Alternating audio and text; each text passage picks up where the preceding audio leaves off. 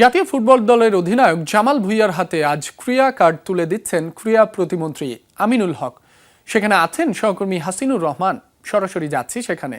হাসিনুর, দ্বিতীয় ধাপের অংশ হিসেবে আজ ক্রীড়া কার্ড পাচ্ছেন জামাল ভুঁইয়া। সবশেষ কি তথ্য আছে আপনার কাছে আমাদের জানাবেন? আপনার প্রশ্নটা আমি পুরোপুরি শুনতে পাইনি, ফোনটা লাইনটা কেটে গেছে। তবে যে অনুষ্ঠানটার কথা বলেছেন, জাতীয় দলের ফুটবল দলের অধিনায়ক জামাল ভুঁইয়াকে ক্রীড়া কার্ড দেওয়া হবে। আমরা একটু সরাসরি দেখাতে চাই, জামাল ভুঁইয়া ইতিমধ্যে চলে এসছে। 10:30 অনুষ্ঠানটা শুরু হওয়ার কথা ছিল, কিন্তু কোনো কারণে এখনো শুরু হয়নি। তবে শুরু হয়ে যাবে। আমরা জানি যে দর্শকরা জানে অনেকে যে গতকালকেই ক্রীড়া কার্ড খেলোয়াড়দের হাতে তুলে দেওয়া হয়েছিল। ক্যাপ্টেন জামাল ভুঁইয়া তিনি আনঅ্যাভেলেবল ছিলেন, তিনি কালকে প্রোগ্রামে আসতে পারেননি, সেই জন্যই আজকের এই আয়োজন। আমরা যুব ক্রীড়া প্রতিমন্ত্রী আমিনুল হকের বাসায় আছি, তার বাসাতেই আসলে অধিনায়কের হাতে তিনি কার্ডটা তুলে দেবেন। এবং ইতিমধ্যে তো সবাই জানে যে এই কার্ডটা খেলোয়াড়দের জন্য কতটা গুরুত্বপূর্ণ। তারা মান্থলি একটা অনারিয়াম পাবেন, যেটা তাদের আর্থিক একটা নিশ্চয়তা দেবে।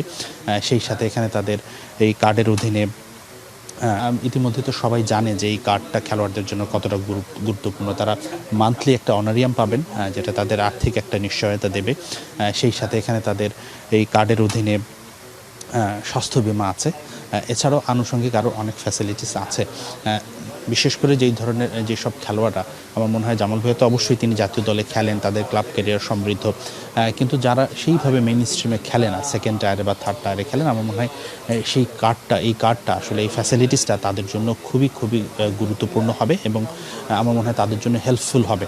যখন একটা আর্থিক নিশ্চয়তা থাকবে, তখন যে কোনো ফুটবলারই বা যে কোনো অ্যাথলেটই তার যে ডিসিপ্লিনটা আছে সেটার প্রতি আরও বেশি মনোনিবেশ করতে পারবেন। এবং যে একটা আর্থিক নিশ্চয়তা বা অর্থের যোগান দেওয়ার যে একটা দায়িত্ব বা বোধ বা একটা তাড়না, সেটা থেকে মুক্ত হয়ে তিনি তার ডিসিপ্লিন সেটা থেকে মুক্ত হবেন, এমনটাই প্রত্যাশা।